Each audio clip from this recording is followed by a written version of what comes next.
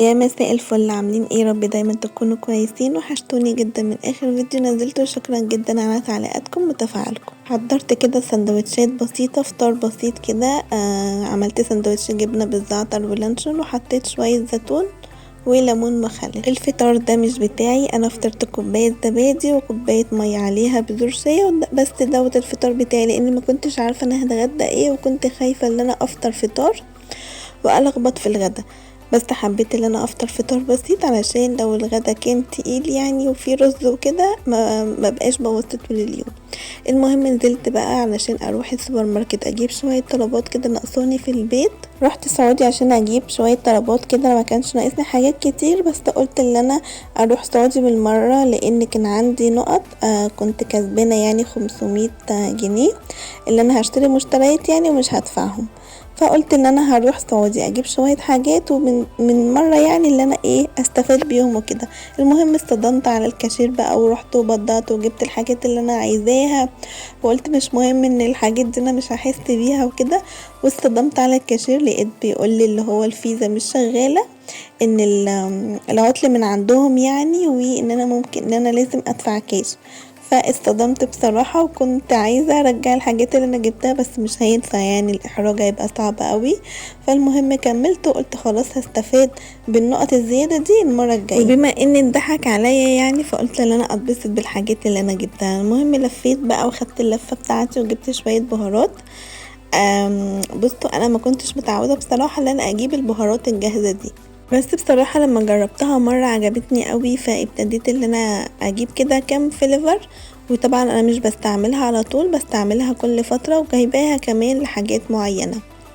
بص بقى الشواية دي عجبتني قوي، باذن الله كده لما ربنا يكرمني بفيلا وفيها جاردن بقى وكده باذن الله هجيبها. انا عندي شواية شبهها بس قصيرة صغيرة بتتحط على الارض على قد البلكونه اللي عندي يعني. واللي متابع فيديوهاتي اكيد شافها وانا بشوي عليها مره.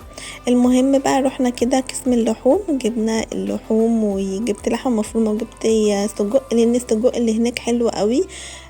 مش بينزل دهون كتير بجد. انا جربت يعني جزارين كتير وسوبر ماركت كبيره، السجق بتاعهم ما عجبنيش، بينزل كمية دهون وبيبقى رفيع كده وبيكش. لكن السجق بتاع سعودي بحسه كده اللي هو حلو ونضيف وطعمه حلو قوي. المهم بس نرجع لنقطة الشواية، بإذن الله كده لما ربنا يكرمني بفيلا دوبلكس كده أو فيلا فيها جاردن هجيب الشواية الكبيرة دي وهجيب مرجيحة كده. وبصوا أنا بحلم معاكم وكل ده مش بعيد عن ربنا يعني، هو الحلم يعني عليه فلوس، يلا احلمي زي ما انت عايزة. آمم لا الحمد لله على كل حال، واحنا احسن من غيرنا بكتير. المهم بقى رحت للقسم العزيز على قلبي كده، اللي انا قلبي بيرفرف كده لما بروح له، وجوزي بيقعد يصوت منه. بس على مين؟ انا كنت كل لما اروح لقسم بقول له يا ابني ده من ال 500 جنيه اللي احنا لينا عندهم، يا ابني ده اللي بال 500 جنيه اللي احنا لينا عندهم.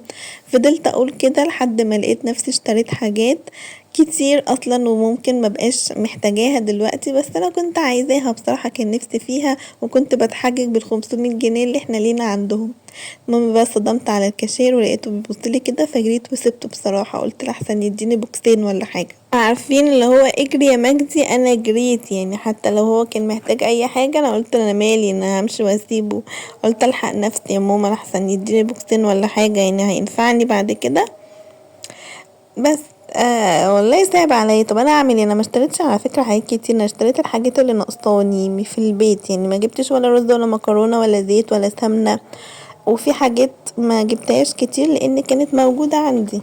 انا كل اللي انا جبته هو جبت شامبو، جبت بلسم، وجبت غسول للوش، وجبت معجون سنان، وجبت مع غسول برضو للفم، يعني جبت حاجات بسيطة. المهم بقى اروح عايزة اوريكم بس من ابشع المناظر اللي انتوا ممكن تشوفوا في حياتكم، بس مش عايزة حد يتريق عليا ولا يتكلم عليا كلمة وحشة من ورايا، لان انا بجد انا بروق البلكونة دي يعني كتير لحد ما تعبت، قلت خلاص انا مش هدخلها تاني وهسيبها زي ما هي كده لحد ما يخلصوا حفر في الشارع وفي الارض اللي هما بيبنوها دي، وكمان الجو مليان تراب. فقلت اللي هما لما الدنيا تهدى كده هخش واحميها بقى حمية حلوة.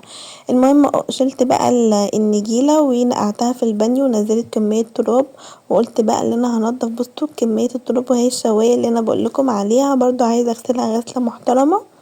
ومسحت بقى وروقت وقلت اخد الصالة بقى كلها كده. انا شلت الكنب وشلت السجادة، بس انا محبتش ان انا اصور لكم لان يعني مش بعرف اصور بصراحة وانا بروق، لاني بروق والدنيا حر فببقى قاعدة براحتي يعني. المهم انا كنت بصور لكم كده مقتطفات علشان تشوفوا انا وصلت لايه. روقت بقى الدنيا وزعفت الحيطان ومسحت بقى، ومسحت كمان الباب بتاع البلكونة كان مليان تراب برضو. والدنيا بقت نضيفة كده وبقت ريحتها حلوة قوي ورشيت معطر. المهم بقى انا كنت شغالة الغسالة، كنت مشغلاها يعني على دورة غسيل وكده، وقلت على ما تخلص اكون روقت ونضفت البلكونة انشر بقى على النظافة. والله انا كنت يعني غسلت وجيت بقى انشر، دخلت البلكونة لقيت برضو ستور عليه تراب والارض مليانة تراب والحبال كأني ما مسحتهاش. انا والله مسحتها وغسلتها مسحة محترمة، برضو لقيت فيه تراب. يا جماعة الجو فيه كمية تراب، وكمان علشان الارض اللي بتتبني قدامنا دي بتطلع كمية تراب رهيبة رهيبة رهيبة. انا عايزة اطفش بجد، انا عايزة اخد الشقة كده بتاعتي واحطها في المكان اللي انا عايزاه، في مكان عارفين أنا لو خدت الشقة بتاعتي دي هحطها فين؟ هحطها قدام البحر. والله انا عايزة الشقة دي واحطها قدام البحر ومع نفسي. وبصوا مش عايزة اكلم حد ولا حد يكلمني. المهم بقى بعد ما خلصت قلت بقى ان انا اخش اعمل الغدا. هعمل كده خضار باللحمة المفرومة، بنحب اوي الاكلة دي، ورز بالشعرية. قطعت بقى بصلاية وحطيت شوية زيت في الطاسة، وحطيت بصلاية مقطعة كده قطع صغيرة مع فصين توم مفرومين، وابتديت اللي انا اشوحهم كده تشويحة بسيطة، ونزلت عليهم باللحمة المفرومة. انا عايزة اقولكم ان اللحمة المفرومة دي انا حطاها، انا مطلعاها من الفريزر من الساعة 9 تقريبا، من قبل ما انزل وجيت لقيتها برضو لسه مجمدة كده. الساعة دلوقتي على ما اعتقد 5. لسه برضو ما فكتش، بس يمكن عشان كنت حطاها في التلاجة انا خفت تفك وتبوظ في الجو الحر ده. المهم حطيتها على النار لحد ما اقطع الخضار، جبت البطاطساية وقشرتها وغسلتها كويس جدا، وابتديت بقى ان انا اقطعها كده مكعبات صغيرة. انا عايزه اقول لكم ان الاكله دي احنا بنحبها قوي وبتبقى طعمها حلو قوي قوي قوي بجد. وعلى فكرة سهلة وما بتاخدش وقت خالص خالص خالص. انتي هتحطي الحاجات على النار وهتقطعي الخضار وهتحطي كله على بعضه بس كده. عايزة بقى تدخليها الفرن تاخد تحميرة كده من فوق الوش، ممكن تعملي كده. انا ما عملتش كده بصراحة المرة دي. بس انا عايزة بقى اكلمكم في حاجة مزعلاني بصراحة. هو ليه يعني انتوا ليه مش بتتفرجوا عليا او مش بتدعموا القنوات اللي هي بتعمل روتينات و بشارك معاكم اليوم؟ يعني هو الواحد لازم يعمل فيديوهات هايفة وملفاش محتوى بقى، ويطلع يهزر ويضحك ويروح ويجي واي هبل في الهبل، ويعمل تحديات برضه هبلة في هبلة. اصلا التحديات الفيديوهات التحديات دي ما تقنعنيش ان واحد يجيب فرخية كاملة مثلا، او صينية محشي ويقولك انا هاكلها كلها في 5 دقايق. يعني ما تقنعنيش. الواحد برضو مهما كان جعان او مهما كان كمية الاكل اللي قصاده، انت بتاكل على قد معدتك. انت لو حطيت لي ديك رومي مثلا قدامي ولا خروف وكده وسبتلي حرية الاختيار بقى قلتلي كل اللي انت هتاكليه، هتلاقي برضو اللي انا اكلت كمية صغيرة على قد معدتي. ما انا هجيب معدة منين يا جماعة برضو؟ فانتوا ليه بتحبوا الفيديوهات اللي من النوعية دي؟ يعني انتوا بتحبوا الفيديوهات الفيك، انتوا حاسين ان هم ايه ده دول بيعملوا بجد؟ بصي ده هياكل الكمية دي، او بصي دي بتعمل ايه، او دي مثلا بتضرب اختها، او بتزق لحماتها، او مع الكلام ده. فعلى فكرة كل ده فيك وتمثيل. يعني شجعوا الفيديوهات المحتوى اللي احنا بنقدمه. يعني على فكرة في فيديوهات في ناس كتيرة قوي، قنوات كتيرة بتقدم برضو نفس المحتوى، وتحس اللي هي حبيبتي برضو محدش بيشوفها او محدش بيهتم بيها. فحاولوا اللي انتوا تشجعونا، يعني مش هتخسروا حاجة بجد، زي ما بتشجعوا القنوات الهايفة اللي ما بتقدمش اي حاجة وبتضحك عليكم. شجعونا يعني واكتبوا لنا كلمة حلوة. يعني انا منتظرة منكم اللي انتوا تكتبوا لي كلام حلو في الكومنت، وتعملوا لي لايك، وتشتركوا عندي في القناة، وتشيروها كمان لو عندكم اي جروب واتس.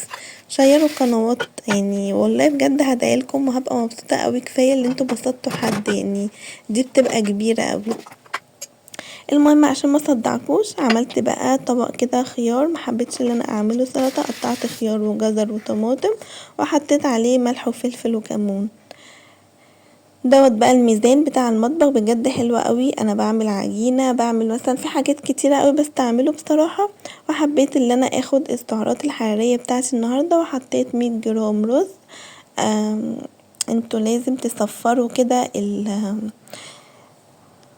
الميزان علشان تعرفوا السعرات الحرارية بتاعتكم. بجد الأكلة دي أصلا ما كانتش فيها دهون كتير، وخدت كمية النشويات بتاعتي بتاعت اليوم وبس كده.